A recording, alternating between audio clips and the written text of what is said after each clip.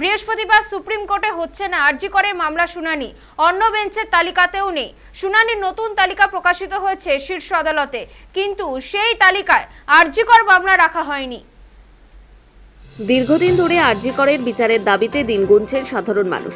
Junior চিকিৎসকেরা supreme কোর্টের এই শুনানির দিকেই তাকিয়েছিলেন, তবে বৃহস্পতিবার শুনানি হচ্ছে না। বুধবার সন্ধ্যায় সুপ্রিম কোর্টের তরফে একটি বিজ্ঞপ্তি প্রকাশ করে জানানো হয়, প্রধান বিচারপতি DY চন্দ্রচূড়ের বেঞ্চ 5 সেপ্টেম্বর বসবে না। ওই বেঞ্চের বাকি দুই সদস্য বিচারপতি JB পারদিওয়ালা এবং বিচারপতি মনোজ মিশ্র আলাদা করে 10 নম্বর কোর্টের কিছু মামলা শুনবেন, কিন্তু কোন কোন মামলা তারা শুনবেন তা তখনও স্পষ্ট ছিল না। ফলে আরজি করের শুনানি নিয়ে অনিশ্চয়তা তৈরি হয়েছিল। পরে সুপ্রিম কোর্ট থেকে দ্বিতীয় বিজ্ঞপ্তি জারি করে 10 নম্বর কোর্টের মামলার নতুন তালিকা প্রকাশ করা হয়। নতুন তালিকায় দেখা গিয়েছে আরজি কর মামলাটি রাখা হয়নি, অর্থাৎ বিচারপতি JB পারদিওয়ালা এবং বিচারপতি মনোজ মিশ্রের বেঞ্চেও শুনানি হচ্ছে না। শুনানি পিছিয়ে যাওয়ায় তারা হতাশ।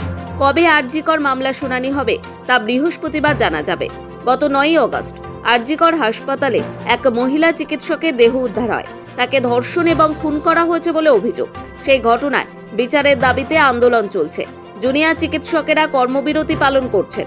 সুপ্রিম কোর্টে সেই মামলার শুনানি হওয়ার কথা ছিল 5 সেপ্টেম্বর। শীর্ষ আদালতের দিকেই তাকিয়েছিলেন সকলে, কিন্তু প্রধান বিচারপতির বেঞ্চ না বসায় শুনানি পিছিয়ে গেল।